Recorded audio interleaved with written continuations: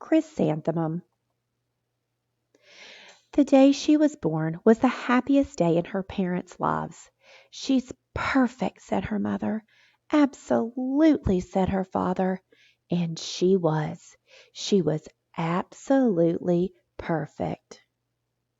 "Her name must be everything she is," said her mother. "Her name must be absolutely perfect," said her father. And it was. Chrysanthemum. Her parents named her Chrysanthemum. Chrysanthemum grew and grew and grew, and when she was old enough to appreciate it, Chrysanthemum loved her name. She loved the way it sounded when her mother woke her up. She loved the way it sounded when her father called her for dinner, and she loved the way it sounded when she whispered it to herself in the bathroom mirror. Chrysanthemum, chrysanthemum, chrysanthemum. Chrysanthemum loved the way her name looked when it was written in ink on an envelope. She loved the way it looked when it was written with icing on her birthday cake. And she loved the way it looked when she wrote it herself with her fat orange crayon.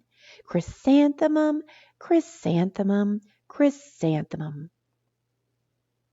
Chrysanthemum thought her name was absolutely perfect. And then she started school. On the first day, Chrysanthemum wore her sunniest dress and her brightest smile. She ran all the way. "Hooray!" said Chrysanthemum. "School!" But when Mrs. Chud took roll call, everyone giggled upon hearing Chrysanthemum's name. "It's so long," said Joe. "It scarcely fits on your name tag," said Rita, pointing. "I'm named after my grandmother," said Victoria. "You're named after a flower." Chrysanthemum wilted. She did not think her name was absolutely perfect. She thought it was absolutely dreadful. Then the rest of the day was not much better. During nap time, Victoria raised her hand and informed Mrs. Chud that Chrysanthemum's name was spelled with 13 letters. "That's exactly half as many letters as there are in the entire alphabet," Victoria explained.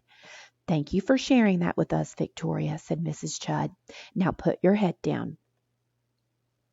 "If I had a name like yours, I'd change it," Victoria said, as the students lined up to go home. "I wish I could," thought Chrysanthemum miserably. "Welcome home," said her mother. "Welcome home," said her father. "School is no place for me," said Chrysanthemum.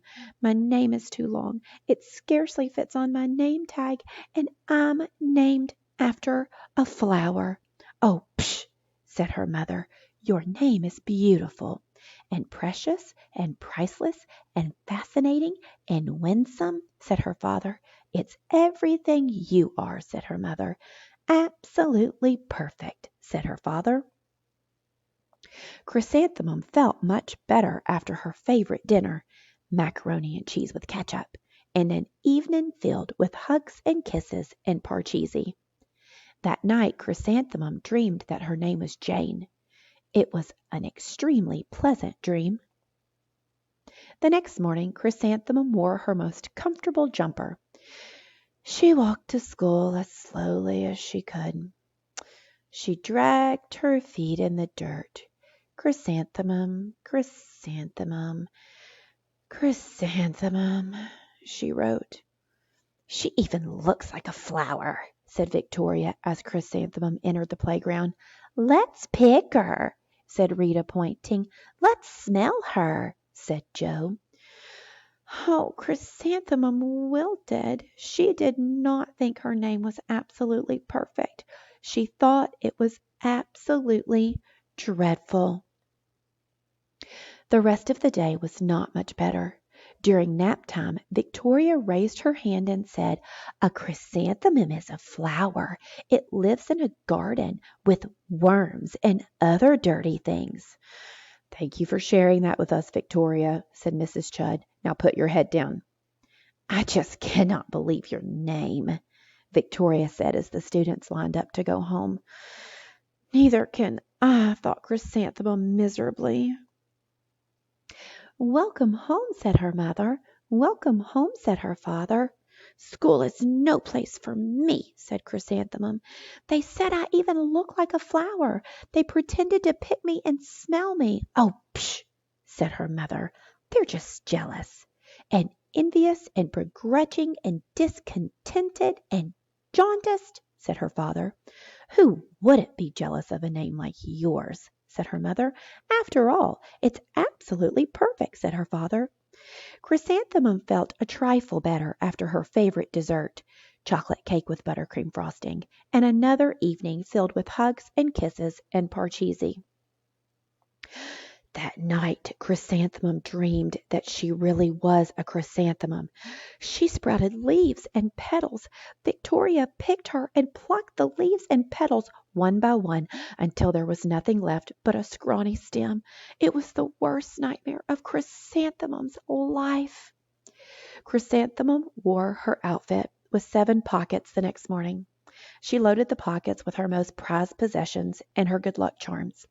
Chrysanthemum took the longest route possible to school. She stopped and stared at each and every flower. Chrysanthemum, chrysanthemum, chrysanthemum, the flowers seemed to say. That morning the students were introduced to Mrs. Twinkle, the music teacher. Her voice was like something out of a dream, as was everything else about her. The students were speechless. They thought Mrs. Twinkle was an indescribable wonder. They went out of their way to make a nice impression. Mrs. Twinkle led the students in scales. Then she assigned roles for the class musical. Victoria was chosen as the dainty fairy queen. Rita was chosen as the spiffy butterfly princess. Jo was chosen as the all-important pixie messenger. And Chrysanthemum was chosen as a daisy. Chrysanthemum's a daisy, chrysanthemum's a daisy, Jo, Rita, and Victoria chanted, thinking it was wildly funny. Oh, Chrysanthemum wilted. She did not think her name was absolutely perfect. She thought it was absolutely dreadful. What's so humorous? Asked Mrs. Twinkle. Chrysanthemum, was the answer. Her name is so long, said Jo. It scarcely fits on her name tag, said Rita, pointing. I'm named after my grandmother, said Victoria. She's named after a flower. My name is long, said Mrs. Twinkle. It is, said Jo. My name would scarcely fit on a name tag, said Mrs. Twinkle. It would, said Rita, pointing. And, said Mrs. Twinkle, I'm named after a flower, too. You are? said Victoria. Yes, said Mrs. Twinkle. My name is Delphinium. Delphinium Twinkle. And if my baby is a girl, I'm considering Chrysanthemum as a name. I think it's absolutely perfect. Chrysanthemum could scarcely believe her ears. Oh, she blushed, she beamed, she bloomed. Chrysanthemum, chrysanthemum, chrysanthemum. Jo, Rita, and Victoria looked at Chrysanthemum longingly. Call me Marigold, said Jo. I'm Carnation, said Rita, pointing. My name is Lily of the Valley, said Victoria.